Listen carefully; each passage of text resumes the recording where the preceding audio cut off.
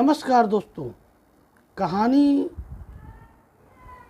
ऐसी है जो सुनकर आदमी का मनोबल ऊंचा कर देती है। कहानियों में एक ताकत होती है जो आदमी के पूरा विचार बदल देती है। इसलिए कहानी के माध्यम से हम कई तरह की शिक्षा लेते हैं। आइए एक मनोभावना से उद्भवित कहानी है जो हमें काफ़ी प्रेरणा देती है, जो राष्ट्र को सर्वोपरि बनाने के लिए। इसलिए कहानी इस प्रकार से है। एक बार की बात है कि एक बढ़ई था। वह दूर किसी शहर में एक सेठ के यहाँ काम करता था। एक दिन काम करते करते उसकी आरी टूट गई। बिना आरी के वह काम नहीं कर सकता था और वापस अपने गांव लौटने भी मुश्किल था। इसलिए वह शहर से सटे एक गांव पहुंचा। इधर उधर पूछने पर उसे लोहार का पता चला। वह लोहार के पास गया और बोला, भाई मेरी आरी टूट गई है, तुम मेरे लिए एक अच्छी सी आरी बना दो। लोहार बोला, बना दूंगा पर इसमें समय लगेगा। तुम कल इसी वक्त आकर मुझसे आरी ले सकते हो। बढ़ई को तो जल्दी थी, सो उसने कहा, भाई कुछ पैसा अधिक ले लो पर मुझे अभी आरी बना कर दे दो। बात पैसे की नहीं है भाई, अगर मैं इतनी जल्दी में औजार बनाऊंगा तो मुझे खुद उससे संतुष्टि नहीं होगी। मैं औजार बनाने में कभी भी अपनी तरफ से कोई कमी नहीं रखना चाहता। लोहार ने समझाया। बढ़ई तैयार हो गया और अगले दिन आकर अपनी आरी ले गया।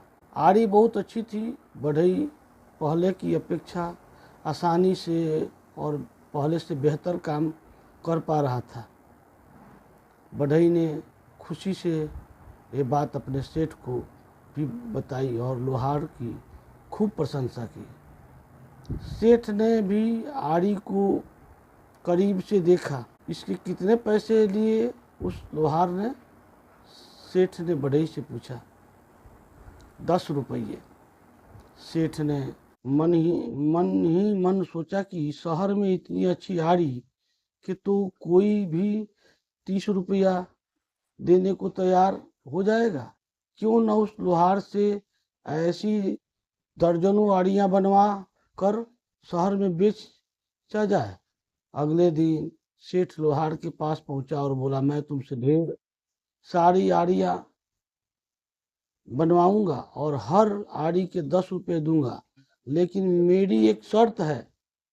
आज के बाद तुम सिर्फ मेरे लिए काम करोगे, किसी और को आड़ी बनाकर नहीं बेचोगे। मैं आपकी शर्त नहीं मान सकता, लोहार बोला।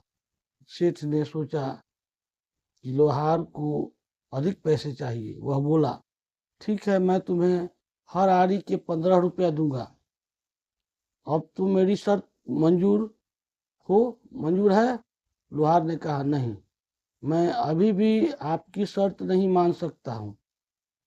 मैं अपनी मेहनत का मूल्य खुद निर्धारित करूंगा।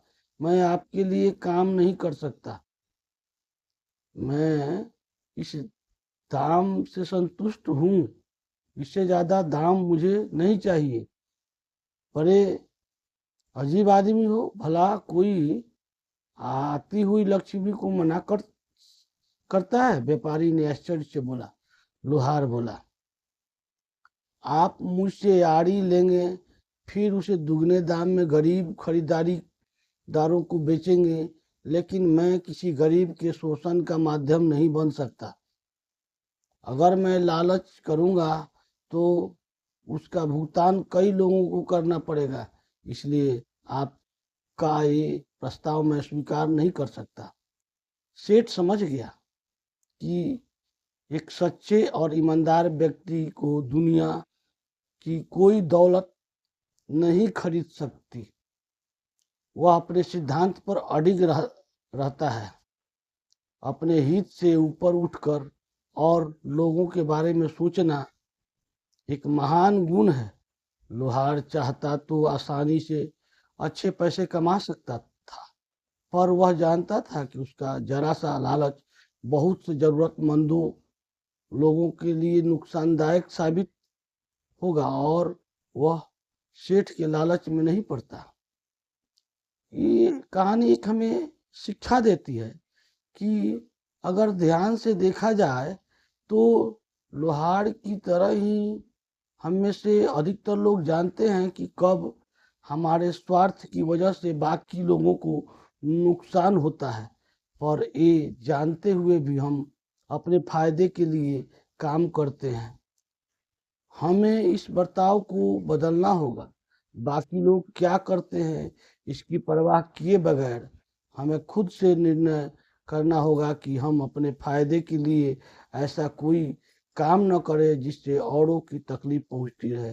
दोस्तों, यह कहानी अच्छी लगे तो लाइक कीजिए, सब्सक्राइब कीजिए, और इस कहानी के माध्यम से हमें एक मोरल शिक्षा मिलती है कि हमें अपने वसूल पर कायम रहना चाहिए।